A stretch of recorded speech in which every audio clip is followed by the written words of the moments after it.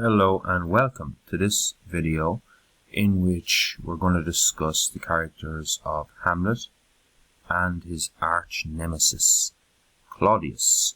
But before we start, let me just explain that on this page on characters, if I just zoom back a little bit, there are several videos for you to find relating to each of the characters. So there's a video on the female characters, Ophelia and Gertrude.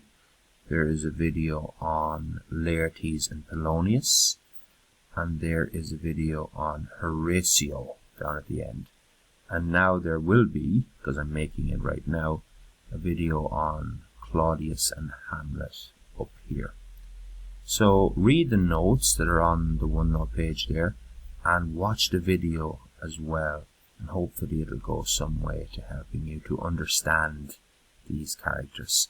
So let's take a look at the main man himself, the central character of the play, Hamlet. Who is he? What's the basic info we have for Hamlet? Well, he's the Prince of Denmark. He's what you'd call the protagonist. The protagonist is the main character of a story. Okay, he's the protagonist. Now, usually a protagonist will have an antagonist. That's his enemy, or the person that he is working against or to defeat. And of course, Hamlet's antagonist is Claudius. We'll get to that when we get to Claudius. So Hamlet is the protagonist. Excuse me. He's 30 years old. And we know that because of the graveyard scene. He's the only child, sorry now I don't know what happened with that word, he's the only child of King Hamlet and Gertrude. He's a student in Wittenberg University, a very prestigious university. That's in Germany. And he's come home in this play. He's come home to mourn the death of his father.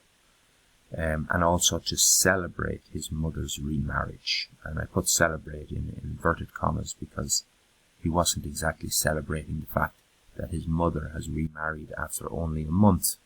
Now, what type of person is he? I suppose Hamlet is an extraordinarily complex character. We could talk about him for hours. But again, for the purposes of our leaving cert, and let's just take a look at the type of questions that could come up. Remember, they're in the Hamlet introduction page back here. And here we should see the past questions. We'll quickly take a look at when did Hamlet come up before. Hamlet tends to come up in the plot questions, how he confronts, what does King Hamlet tell Hamlet, what does Hamlet learn about Claudius from King Hamlet. In the relationship sections, we want to know about what do you think about Claudius and Hamlet, things like that, Hamlet and Gertrude. So it's handy to get a quick idea as to what kind of a person Hamlet is. We can't mention the play Hamlet without talking about Hamlet himself. Well, first of all, he has a very negative outlook, okay, throughout the whole play. You could argue at the end he kind of is more positive than he is at the beginning, but in general, throughout the whole play, he's very negative. Now, you could put that down to one word. You could call it he's melancholic. Where do we see that? Well, he was depressed before he ever found out about Claudius killing his father. How weary, stale, flat, and unprofitable seem to me all the uses of this world. He says that himself. In other words, I'm depressed, and I see no point in this world. He contemplates suicide more than once. So that famous soliloquy, to be or not to be, that is the question. That's him thinking about whether he should kill himself or not. So he genuinely has a very negative outlook. Now, I know you could argue, well, maybe he should have one, considering his father has just died. He has not gotten the throne himself, which he probably could have been entitled to. Instead, he was passed over for his uncle. And in general, life hasn't worked out so well for him. You know, you could disagree with that. He's from a royal family. He's very successful. He's a student. He has a lot of freedom. He'll soon be returning to Germany if he wants. He has money. He has a beautiful girlfriend. I don't know. You know, he needs to kind of get over himself a little bit as well, doesn't he?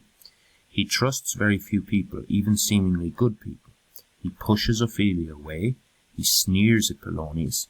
and arguably treats his own mother very badly. I have of late lost all my mirth. So in general, he has a very negative outlook on life. Okay, it's important to say that. He's also what we call a procrastinator. Now, if you haven't heard of this word before, a procrastinator is somebody who can't make a decision. And it really has become famous, that word, solely in relation to Hamlet. He procrastinates, he delays, he doesn't act, he can't even make decisions. For example, he had many opportunities to kill Claudius, but delays each time. He describes himself as a dull and muddy-mettled rascal. He dithers over his relationship with Ophelia, and her family knows this, with Laertes telling her Hamlet's love is not permanent, not lasting. So they know that he's a bit of a waste of space. There's no point falling in love with him, Ophelia, because he'll just drop you. His conscience gets the better of him on several times. Instead of swiftly taking action, he thinks.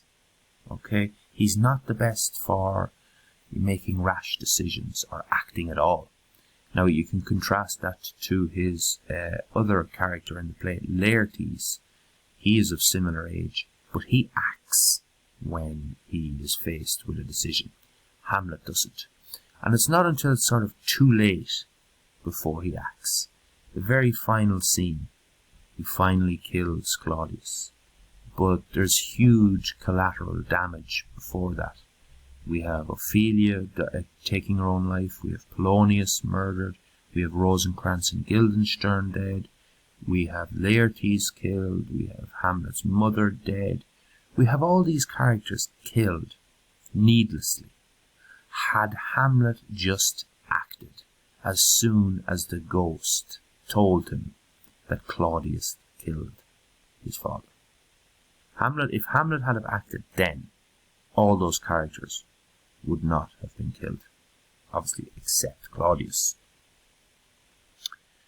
Now, he changes throughout the play, and it's important to mention this. He's not the same character that we see at the start up until the end. At the beginning, he's depressed and weary. But he becomes a more determined and focused young man by the end. I suppose he's gone through the ringer, as they say. He's had to make lots of life-changing decisions. He's confronted with a huge problem: to kill the man that his mother loves and throw Denmark into a state of chaos. And he has to work all of this through his mind in a matter of days, really.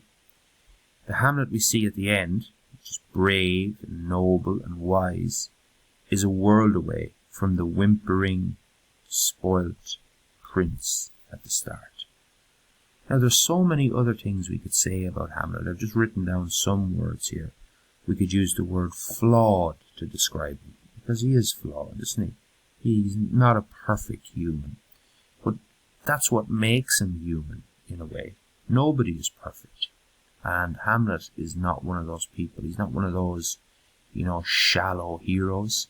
We can see that he struggles with decisions. We can see that he struggles with his conscience.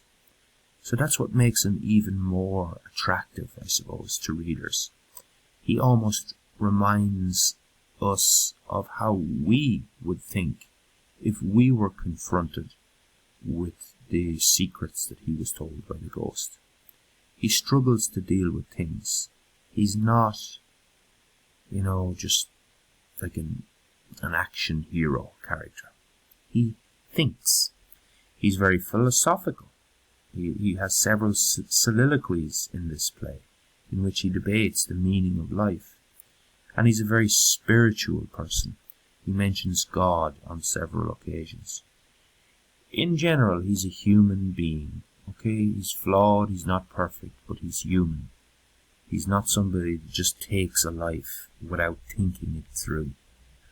Now, contrast all of this with the antagonist of the play, which is, of course, Claudius. Claudius is Hamlet's uncle. He's brother of the recently deceased king. He has married the widowed queen Gertrude, thereby making himself king. He is the antagonist of the play. Okay, he's the bad guy. Now, what are his traits?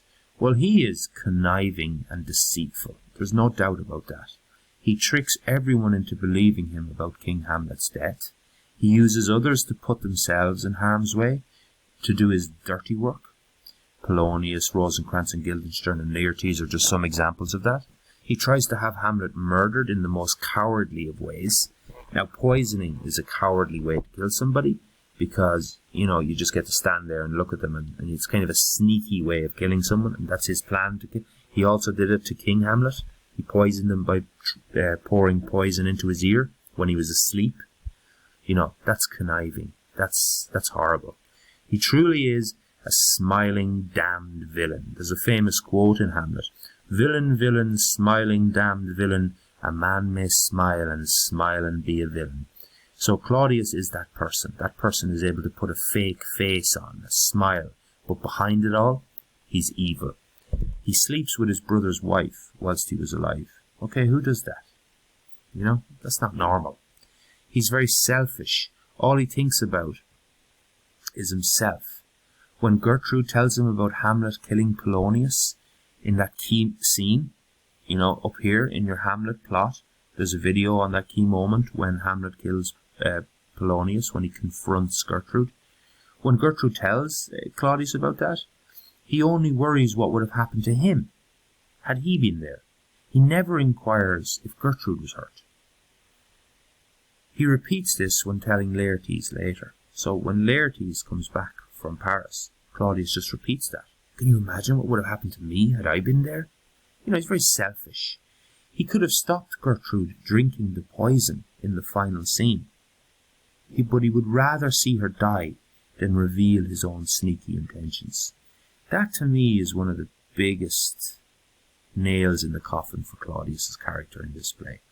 The fact that he watches Gertrude drink that poison. Now, he tries to warn her. He says, don't drink it.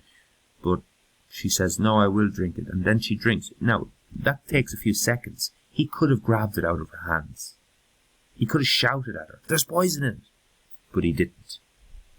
He would go to any lengths to keep his grip on power, even arranging assassins to murder his stepson, Hamlet, the heir apparent to the throne.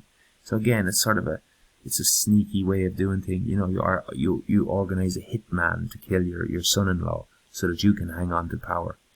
Now, what are the kind of semi-positive views of Claudius? Well, he's incredibly shrewd. Shrewd is somebody who is clever. He's intelligent. He's an excellent politician. In the opening scenes, we see him confidently dealing with the affairs of state and the risk of war with Norway. His subjects seem to like him. The people of Denmark seem to like him. Polonius admires him and asks his permission for his son Laertes to return to France. He convinces Laertes that Hamlet should be murdered. He's very clever at manipulating people. Like we could really have up here, he's very manipulative if we want to keep along the lines of him not being a good character. Whoopsie daisy, there's nothing wrong with that. There we go. He figures out that Hamlet knows the truth about how he seized power, how he seized the throne by killing King Hamlet, but he doesn't let Hamlet know that he knows. He shrewdly pretends or feigns to be ignorant about it so that he can plan his murder. Yet he buys himself time. He's very clever. And by the end of the play, he's thoroughly dislikable. I don't think anybody is rooting for Claudius at the end of this play. We really see the huge contrast between Hamlet and Claudius. So here's Claudius. He's conniving, deceitful, he's selfish, and he's shrewd. Whereas Hamlet, yes, he has a negative outlook. Yes, he is a procrastinator who can't seem to make his mind up and make a decision. But he changes throughout the play, and he is what you would call the real human in this play.